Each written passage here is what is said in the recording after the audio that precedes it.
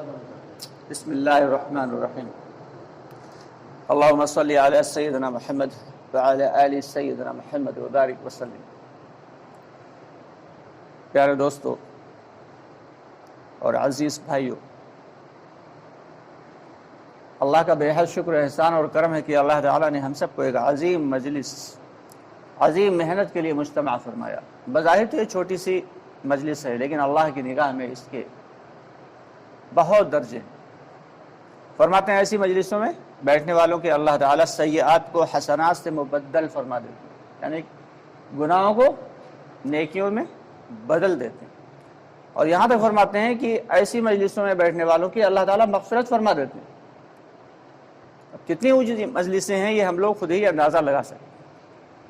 اللہ تعالیٰ ان تمام فضائل کے یقین کے ساتھ ہم سب کو بار بار ایسی مجلسوں میں بیٹھنے کی توفیق عطا فرمائے۔ قرآن پاک میں آتا ہے، اللہ رب العالمین اپنے پاک کلام میں فرماتے ہیں وَالَّذِينَ جَاهَدُوا فِينَا لَنَهْدِيَنَّهُمْ سُبُلَنَا، کہ جو لوگ دین کے لیے محنت کرتے ہیں، مجاہدہ کرتے ہیں، کوششیں کرتے ہیں، ان کے لیے ہم راستے کھول دیا کرتے ہیں۔ یہ دین کیا ہے؟ اللہ رب العالمین نے زندگی گزارنے کے لیے ایک لائف اسٹائل دیا ہے، پوری زندگی کی ایک ترتیب بتا دی ہے۔ لیکن افسوس بات ہماری سمجھ میں نہیں آتی۔ ایک جگہ اللہ تعالیٰ کیا فرما رہے ہیں؟ یا ایھا الذین آمنوا ادخلوا فی السلم کافہ، اے ایمان والو پورے کے پورے اسلام میں داخل ہو جاؤ۔ آدھے تیتر آدھے بٹیر ایسے کام نہیں چلے گا، پورے کے پورے اسلام میں داخل ہو جاؤ۔ یعنی ہماری معاشرات، اخلاقیات اور معاملات، ہماری عبادات، یہ سارے کے سارے جو نقشے ہیں وہ صحیح ہو جائیں۔ صرف عبادت سے کچھ نہیں ہونا کہ آدمی مسجد میں بیٹھ کر اللہ اللہ اللہ کر رہا ہے، یہ کافی نہیں ہے اللہ کی نگاہ میں، کیونکہ راہبانہ زندگی اللہ نے اس امت کے لیے پسند نہیں فرمائی۔ اللہ تعالیٰ نے اس امت کے لیے مجاہدانہ زندگی پسند فرمائی۔ اللہ کے نبی صلی اللہ علیہ وسلم امت کو مجاہدے پہ ڈال کے گئے تھے، اور ہم لوگ عیش پرستی میں پڑ گئے۔ ہمارے نبی پاک صلی اللہ علیہ وسلم امت کو سادگی پہ ڈال کے گئے تھے، ہم لوگ فیشن پرستی پہ پڑ گئے۔ افسوس کی بات ہے۔ ہم یہ جو قرآن پاک کی آیت ہے کہ اے ایمان والو پورے کے پورے اسلام میں داخل ہو جاؤ، اس پہ عمل کریں۔ اور یہ عمل کیسے ہوگا کہ پہلے تو پورا کا پورا دین سیکھنا پڑے گا۔ پورا دین کہ تجارت کا کیا دین ہے، شادی بیاہ کا کیا دین ہے، گھر بار کا کیا دین ہے، بیوی بچوں کے ساتھ ہم کیسے پیش آئیں، اپنے پڑوسیوں کے حقوق کو کیسے ادا کریں، اپنے معاملات کو کیسے بہتر رکھیں، اپنے آپ کو کیسا خوش اخلاق بنائیں، اپنے کاروبار میں کس اعتبار سے جو ہے لوگوں کے ساتھ ہم سلوک کریں، یہ ساری کی ساری چیزیں ہمیں معلوم ہونا چاہیے۔ اور صحابہ کرام پہلے دین سیکھتے تھے، اس کے بعد عمل کرتے تھے۔ حضرت عمر رضی اللہ عنہ ایک دن بازار میں پہنچے، لوگ غلہ بیچ رہے تھے۔ حضرت عمر رضی اللہ عنہ نے ہاتھ ڈالا اندر سے، ایسے کر کے نکالا، نیچے غلہ تھا گیلا تھا اور اوپر سوکھا رکھ دیا تھا۔ کہا تم نے دکان کب سے کھولی؟ کہا ابھی جلدی شروعات کی۔ کہا کیا تجارت کا دین سیکھا؟ کہا نہیں ابھی سے نہیں سیکھا۔ کہا جاؤ پہلے تجارت کا دین سیکھ کے آؤ، تجارت کا دین سیکھو۔ اور اللہ کے نبی صلی اللہ علیہ وسلم کے وعدوں پہ ایسا سچا پکا یقین تھا، اللہ کے وعدوں پہ اور نبی پاک صلی اللہ علیہ وسلم کی بات پہ ایسا یقین تھا صحابہ کرام کو کہ آج تک کسی کو نہ تو ہوا ہے کسی پہ اور نہ ہوگا، اور نہ اس سے پہلے کبھی ہوا۔ کیسے کہ حضرت علی رضی اللہ عنہ فرماتے ہیں کہ اگر میرے ایک ہاتھ میں، اگر میری ایک ہاتھ میں جنت اور ایک ہاتھ میں دوزخ رکھ دی جائے اور میں اپنی آنکھوں سے دیکھ لوں کہ جنت اور دوزخ، تو میرے یقین میں ذرہ برابر بھی فرق نہیں پڑے گا۔ یعنی نبی پاک صلی اللہ علیہ وسلم کی بتائی ہوئی جو خبر ہے اس پہ ایسا یقین ہے کہ دیکھنے کے بعد بھی کوئی فرق پڑنے والا نہیں ہے۔ ایک صحابی رضی اللہ تعالیٰ عنہ، ان کا بچہ فوت ہو گیا، ننھا منھا بچہ تھا، نومولود، فوت ہو گیا۔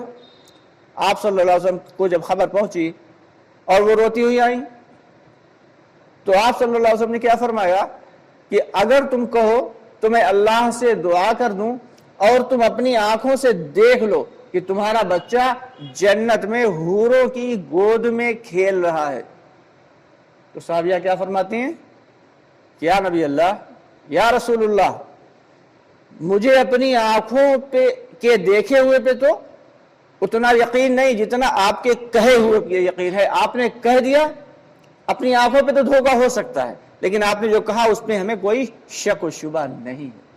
تو دوستو یہ یقین بنایا تھا، اور اسی لیے صحابہ کرام کے معاشیات اور معاشرات اور تمام کے تمام جو زندگی کے گزارنے کے طریقہ کار تھے وہ سب اسی اعتبار سے تھے، دین کے اعتبار سے۔ دین دوستو بڑی مشکل سے، بڑی قربانیوں کے ذریعے ہم تک پہنچا ہے، اور یہ قربانی کے ذریعے ہی بچا رہے گا۔ ہم یہ سوچے کہ ہمارا کاروبار اسی اعتبار سے چلتا رہے، ہم یہ سوچے کہ ہمارا بزنس ویسے ہی چلتا رہے، ہم یہ سوچے کہ ہم اپنے بیوی بچوں سے جدا بھی نہ ہوں، ماں باپ سے جدا بھی نہ ہوں، اور ہمارا دین بھی اچھا ہو جائے۔ کیسے اچھا ہوئے گا بھائی؟ دین تو اللہ تعالیٰ نے مجاہدے پہ رکھا ہے۔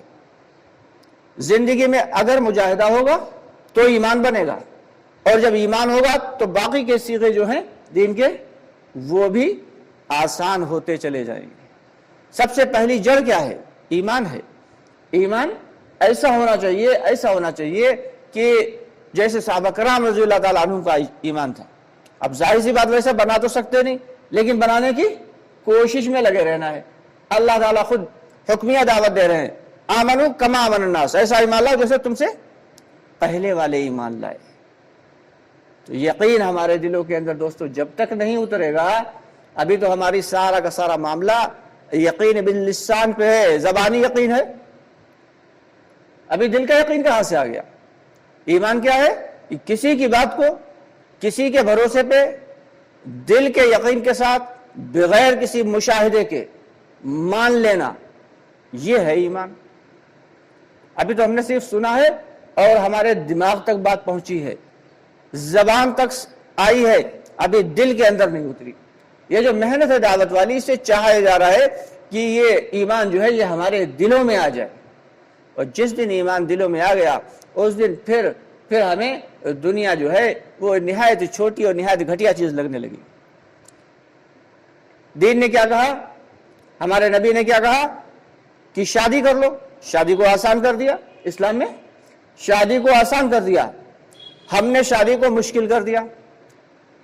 ہم نے شادی کو جب مشکل کر دیا تو کیا ہوا؟ پھر زنا عام ہو گیا، زنا آسان ہو گیا۔ تو اس سے کیا پتہ چلتا ہے کہ اگر ہم دین پہ چلیں گے تو سارے کے سارے مسئلے آسان ہوتے چلے جائیں گے۔ الدین یسر، اللہ فرماتے ہیں دین تو بہت آسان ہے، اس پر عمل کر کے تو دیکھو۔ حضرت مولانا صاحب فرمایا کرتے تھے کہ ایک شخص جو ہے وہ پیشاب کرنے کے لیے جا رہا ہے، تو کیا کہیں گا؟ ہم استنجا کرنے جا رہے ہیں، چلو بھائی تم بھی چلو میرے ساتھ میں، تم بھی چلو۔ کہے گا بھلا کوئی؟ ارے بھائی کوئی کہے گا کہ چلو ہم استنجا کرنے جا رہے ہیں، پیشاب کرنے تم بھی چلو؟ اور نکاح کرنے جا رہے ہیں تو پھر پوری بسیں بھر کے جا رہی ہیں، گاڑیاں بھر کے جا رہی ہیں۔ یہ کون سا طریقہ؟ بھائی جیسے استنجا کرنا ایک ضرورت ہے، ایسے ہی نکاح بھی کرنا ایک ضرورت ہی تو ہے۔ ہم نے دین کو جو ہے کھلواڑ بنا لیا، جب جی چاہا تب تو اپنا لیا، اور جب جی چاہا تو کنارے ڈال دیا۔ اگر گھر میں خدا نخواستہ کوئی موت ہو گئی تو پھر کیا ہے؟ فوراً مولانا صاحب کو بلایا گیا، آئیے، اور سارا کا سارا ان کے بتائے مطابق ہوگا۔ ہاں جیسے مولانا صاحب کہہ رہے ہیں سب نہلاؤ بھی ایسے ہی، اور جو ہے کفناؤ بھی ایسے ہی، مولانا صاحب کہہ رہے ہیں بھائی مذاق بات ہے۔ اور جب شادی کا موقع آیا، نکاح کا موقع آیا، تو مولانا صاحب بلائے تو گئے، نکاح کے لیے بلائے تو گئے، لیکن دور ایک کونے میں کرسی کے اوپر بٹھا دیے گئے، اور دولہا میاں چاروں طرف جو ہے وہ خواتین سے گھرے ہوئے، اور وہاں کیا چل رہا ہے؟ وہاں رواج عام ہو رہے ہیں، الگ الگ قسم کے رواج، اللہ اکبر، جو کبھی نہ سنے نہ کبھی دیکھے۔ یہ ہے دین ہمارا، یہ ایسا دین ہمارے دل کے اندر گھسا ہوا ہے۔ اور نانی ناراض ہو جائیں گی اور دادی ناراض اور خالہ تو بہت ہی ناراض ہویں گے اگر یہ نہیں کیا. تو اس لیے ہمیں یہ جو قرآن پاک میں اللہ تعالیٰ نے فرما دیا کہ پورے کے پورے ایمان والوں تم پورے کے پورے اسلام میں داخل ہو، یہ نہیں کہ آدھا تیتر آدھا بٹیر، اس سے کام چلنے والا نہیں ہے. تو دوستو زندگی میں اگر دین لانا ہے تو اس کے لیے دین کو سیکھنا پڑے گا، دین کو سمجھنا پڑے گا، اور یقین لانا ہے تو یقین کی محنت کرنا پڑے گی. کہ ہمارا یقین کس چیز سے بنا ہوا؟ ہمارا یقین اسباب سے بنا ہوا ہے کہ اگر دکان نہیں جائیں گے تو کھائیں گے کیا. جبکہ آج سے 27 سال پہلے تقریباً مولانا صاحب کے قریب 22-23 سال پہلے مولانا صاحب کے زبانی میں نے خود سنا تھا اور اس کے بعد بھی سنا کہ فرماتے تھے کہ اسباب جو ہیں یہ اوندھے پیالے کی طرح ہیں. اسباب اوندھے پیالے کی طرح ہیں، اعمال جو ہے وہ سیدھے پیالے کی طرح ہے. اوندھے پیالے میں کچھ ڈالو گے تو کیا ہوئے گا بھائی؟ گر جائے گا. سیدھا پیالہ اور پھر اعمال کے بعد جو دعا ہوگی وہ چیز ہے جو آپ مانگ رہے ہیں. اب سیدھا پیالہ ہوئے گا تبھی تو اس کے اندر وہ چیز رکے گی. اب دعا تو مانگ رہے ہیں اور اسباب کے اعتبار سے مانگ رہے ہیں، تو اوندھا پیالہ ہے وہ تو آئے گا، پھسل جائے گا، نیچے گر جائے گا، مجھے کیا ملے گا. تو اس لیے اسباب اختیار کرنا ہے، مگر اسباب کی حد تک اختیار کرنا ہے. اسباب پہ یقین نہیں رکھنا ہے. کرنے والی ذات کون ہے؟ اللہ کی ہے. جب تک اللہ کی بڑائی، اللہ کی کبریائی، اللہ کی عظمت، اللہ کی ربوبیت ہمارے دلوں میں نہیں آئے گی دوستو، تب تک ہم کیسے ایمان والے بن گئے؟ ہم تو صرف مسلمان بنے ہوئے ہیں، نام کے مسلمان. تو یقین ہمارے دلوں کے اندر تب آئے گا جب ہم اپنی جان مال وقت لے کے اللہ کے راستے میں مجاہدہ کریں گے اور اپنے احساسات کی قربانیاں دیں گے، اپنی جذبات کی قربانیاں دیں گے، اپنی جان کی قربانی دیں گے، اپنے مال کی قربانی دیں گے. یہ ساری قربانی صحابہ کرام دے چکے ہیں. ہم سے اتنی نہیں مانگی جا رہی، ہم سے تو بہت تھوڑی سی مانگی جا رہی، تھوڑی سی. اور وعدے کیسے ہیں؟ صحابہ کرام کے ساتھ جو اللہ کی مدد آئی اس سے 50 گنا زیادہ وعدے ہیں، اس سے 50 گنا زیادہ مدد آئے گی. لیکن افسوس کہ ہماری سمجھ میں نہیں آ رہا. اللہ کرے کہ ہماری سمجھ میں آ جائے. اور سمجھنے کا بس ایک ہی طریقہ ہے کہ اللہ کے راستے میں جان مال وقت لے کے 4 ماہ کے لیے نکلا جائے، بات کو سمجھا جائے، سیکھا جائے اور پھر اس پہ عمل کیا جائے. کریں گے سب لوگ انشاءاللہ. اصل چیز تو دوستو یہی ہے. دنیا کیا ہے؟ فانی چیز ہے، آج نہیں تو کل ختم ہو جائے گی. یا تو یہ چیزیں ہمیں چھوڑ کے چلی جائیں گی یا ہم ان چیزوں کو چھوڑ کے چلے جائیں گے. لیکن اصل کیا ہے؟ وہ اعمال ہیں، وہ نیک اعمال جو ہم آگے بھیجیں گے، وہ آخرت والی زندگی میں ہمارے کام آئیں گے. اور وہی اصل ہیں. دنیا کی زندگی ایک پانی کے بلبلے کی طرح ہے کہ تیزی سے اٹھتا ضرور ہے لیکن اسی تیزی سے پھوٹ بھی جاتا ہے. تو اس کے لیے بتائیں کون کون بھائی ہمارے تیار ہیں اللہ کے راستے میں جانے کے لیے، کہ 4 ماہ کے لیے کون کون بھائی ہمارے تیار ہیں؟ دوستو میں ہوں یوسف علی کا، آپ دیکھ رہے ہیں دعوت جنت کا راستہ. آپ سے گزارش ہے کہ ہماری ویڈیوز کو زیادہ سے زیادہ لائک کریں، شیئر کریں اور کمنٹ باکس میں اپنی رائے کا اظہار ضرور کریں.